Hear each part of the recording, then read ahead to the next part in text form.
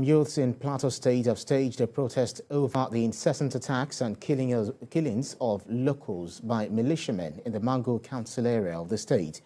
The youths are demanding the immediate removal of the Special Taskforce Commander, Operation Safe Haven, who they claim has compromised their mission and is now unable to impartially perform his duty of protecting the lives and properties of natives.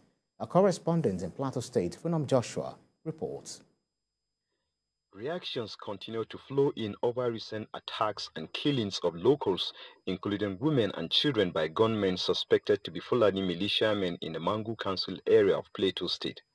About 200 people are believed to have lost their lives in the attack, with many properties destroyed. The attack has continued unabated across 34 villages in the Mangu local government area and environs for days now. The leadership and members of the Plateau Youth Council come out in large numbers to protest these attacks and killing of locals, wearing black clothes and carrying leaflets and placards with different inscriptions to express their displeasure over the situation. The group says the attacks and killings are acts of terrorism aimed at uprooting native villages and communities. The PYC is not happy with the commander of Operation Safe Haven and the STF personnel deployed in the area. They claim the leadership of the Special Taskforce has been compromised and is now supporting the attackers in the area against the natives. They want the immediate removal of the STF and its replacement with a mobile police force that they believe is not biased. We wish to state unequivocally that these killings and acts of terrorism are not coincidental nor random happenings.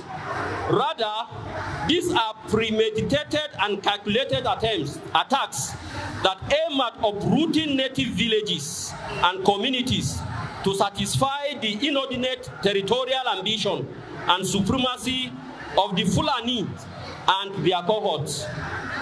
To our greatest surprise, the Operation Safe Haven, under the command of Major General Abdusalam Ibrahim, appeared to be totally overwhelmed and uncoordinated in its response to the merciless massacre of citizens. Indeed, there was no aerial deployment and support for troops to pursue and track down the so-called Fulani militias, who were in their hundreds. Some residents in the state also shared their thoughts with us on the invasion. We have heard them say to us that it is farmer herders clashes, but it's not. So we are saying that the government should arrest those responsible and bring them to book. We are calling for the total withdrawal of the Operation Safe Haven to be replaced by mobile police squadrons. This will largely help, because this is not the first time that such an operation or such a process has been set in motion here in the state, and we've seen results. The Plateau Youth Council are calling on the authorities to intensify more proactive measures toward putting an end to this dastardly act being perpetrated in various communities within the state. Funam Joshua, TVC News, Jos. It's now 9 years after the abduction of the Chibok girls and 5 years after Leah Sharibu was taken. Civil society organizations and parents of the missing schoolgirls are seeking better accountability from the outgoing and incoming governments. Kemi Balogun has more. It is the 9th year after the abduction of the students of the Government Girls College in Chibok, Borno State, where 276 girls were taken, and 5 years after Leah Sharibu's abduction.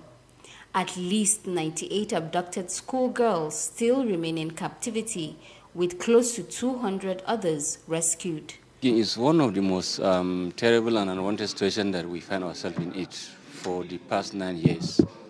You can see my hand is always at the back due to the spine injury that I'm having.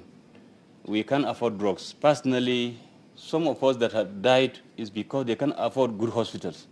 I do over the years. Parents, civil society groups, and the media are gathered here to open up discussions on sustaining the tempo of those who still remain in captivity. They also highlight the need for better welfare for parents and safe school spaces in areas prone to attacks. A place of learning is meant to be a safe space. even at war, there are places you must never attack, which is hospitals, schools. Whatever grievance you have, you're not supposed to attack schools. Media influences not just budgetary allocation to issues like this, but are also able to track the implementation and ensure accountability. I'm laying that as a background to say that the role of the media is to make sure that the issue of these Chibok girls, as well as Leah Sharibu and every other person, do not die. We went to Borno State and we had a vision, we had a mission. The mission is twofold. To keep the issue of the Chibok girls, the issue of Leah Sharibu, the Dapchi girl, all the other children that had been abducted, to keep the issue on the front burner. The media remains critical in making this work, as it is tasked to keep the issues at the fore of discussions. Advocates here also seek better accountability from government in terms of providing for the rescued school girls, especially for the families left behind to deal with the bitter experience. Kemi Balogun, TVC News, Abuja.